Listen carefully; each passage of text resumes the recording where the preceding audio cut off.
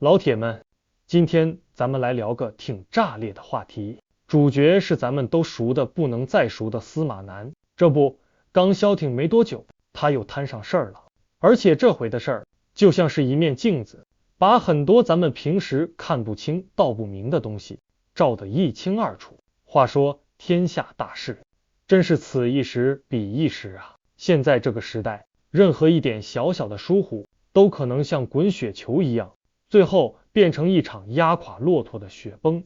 司马南最近的遭遇就是这句话最生动的注脚。他因为之前在网上评论南开大学陈教授的事儿，被人家告了侵犯名誉权，法院判他要道歉，结果他硬是扛着没动静。这下好了，人家教授直接申请了强制执行，这事儿就又被顶上了热搜，搞得人尽皆知。看到这儿，你可能有点懵，这又是哪一出啊？别急，咱们把时间往回倒一倒，回到2022年那个舆论的风暴眼。那时候网上突然刮起一阵大风，说南开大学有老师跟女学生关系不正常。这消息一出来，那家伙简直就像往热油锅里泼了一瓢凉水，瞬间就炸了。各种猜测、质疑、指责的声音像潮水一样涌过来，淹没了整个网络。司马南呢，作为咱们熟悉的网络意见领袖，当然不能缺席，他也立马跟上，连发了好几个视频，对着这件事指点江山，激扬文字。他的话语就像一把锋利的刀，直戳事件的核心，也引爆了更多人的情绪。可结果呢？南开大学官方下场了，发了个通报，说得清清楚楚，那位陈教授确实有违纪的地方，比如上课不认真，违规给人办校园卡，还谎报了年龄。但最关键的，也是大家最关心的那个不正当关系问题，通报里一个字都没提，直接给否定了。这就像一出反转大戏，让所有人都傻了眼。法院的判决更是直接，认为司马南在有条件核实真相的情况下，却用了那些模棱两可、极具煽动性、容易让人产生负面联想的词儿来描述这件事。这就好比你明明可以好好说话，却非要阴阳怪气、指桑骂槐，结果就是把人家的名声给搞坏了。所以判他删视频、公开道歉，再赔个2万块钱的精神损失费。说实话，2万块钱对他这种体量的大 V 来说，可能就是9牛1毛。但这个判决的意义远不止金钱，它像一记响亮的耳光，抽在了那些靠着捕风捉影、煽动情绪来收割流量的人脸上。可司马南似乎没把这当回事，道歉迟迟不来，直到被强制执行，才让这件旧事又浮出水面。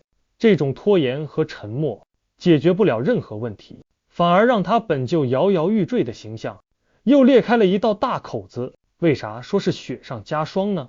因为他那边偷税漏税的风波还没过去呢。就在今年3月，一纸罚单下来，追缴税款、滞纳金、罚款加起来一共900多万。我的天，900多万，这可不是个小数目。这是一出，他那些在抖音、头条、微博上的账号，从去年11月开始就跟被冰封了一样，再也没更新过。要知道，他在全网可是坐拥超过5500万粉丝的超级大 V 啊，这影响力简直就是个行走的媒体帝国。面对税务问题，他倒是认怂了，通过身边人传话说低头认罪，诚恳检讨，不求原谅。他还解释说自己6年才赚了600多万，结果罚了900多万，主要是因为太相信所谓的 MCN 公司了。这个 MCN 啊，说白了就是网红经纪公司，帮你接活、管账、运营，一条龙服务。司马南说他以为公司会帮他把税都交了，结果被坑了。这个解释听起来是不是有点耳熟？就好比你把钱包交给朋友保管，结果出了事，你说你不知道钱包里有多少钱，也不知道朋友会拿钱干嘛，这话说出来你信吗？反正我是打个大大的问号。更讽刺的是什么？是他以前还专门做过视频，教大家怎么反偷税漏税。俨然一副正义化身的样子。结果呢，曾经的科普者，转眼就成了被处罚的反面教材。这戏剧性的反差，真是让人哭笑不得，唏嘘不已。这就牵扯出一个更深层次的问题，就是人设。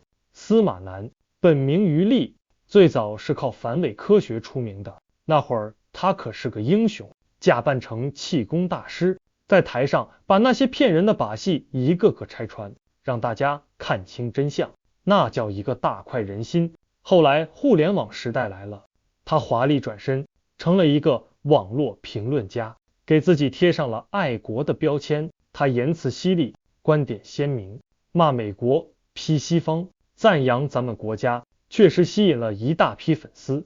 但是人设这东西就像一件华丽的袍子，穿久了就容易忘了袍子下面真实的自己。他说一套做一套的毛病也渐渐暴露在阳光下。他一边在国内慷慨激昂的反美，一边却被网友扒出早在2010年就在美国加州买了个小房子。这事儿一开始他还嘴硬不承认，后来证据确凿了，才改口说是为了投资。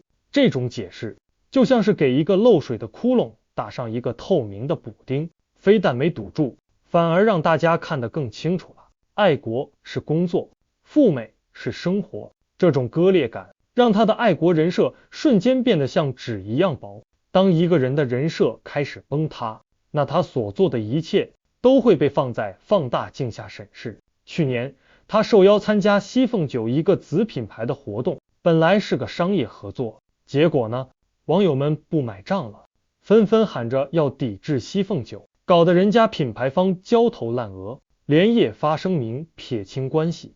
那意思就是以后我们请嘉宾可得擦亮眼睛了。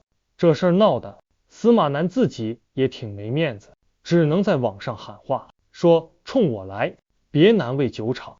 所以你看，司马南这一路走来的起起伏伏，简直就是一本给所有内容创作者的教科书。在今天这个注意力就是金钱的时代，你可以精心打造一个吸引人的人设，但你绝对不能触碰法律和道德的红线。流量能把你捧上神坛，也能让你瞬间摔得粉身碎骨。那些试图靠着虚假人设圈钱的大 V 们，是时候醒一醒了，因为群众的眼睛永远是雪亮的。我们喜欢的是真实的分享，是真诚的交流，而不是一个戴着假面的演员。当潮水退去，我们才能看清谁在裸泳，谁才是真正值得我们信赖和追随的人。好了，我今天就讲到这里，谢谢各位。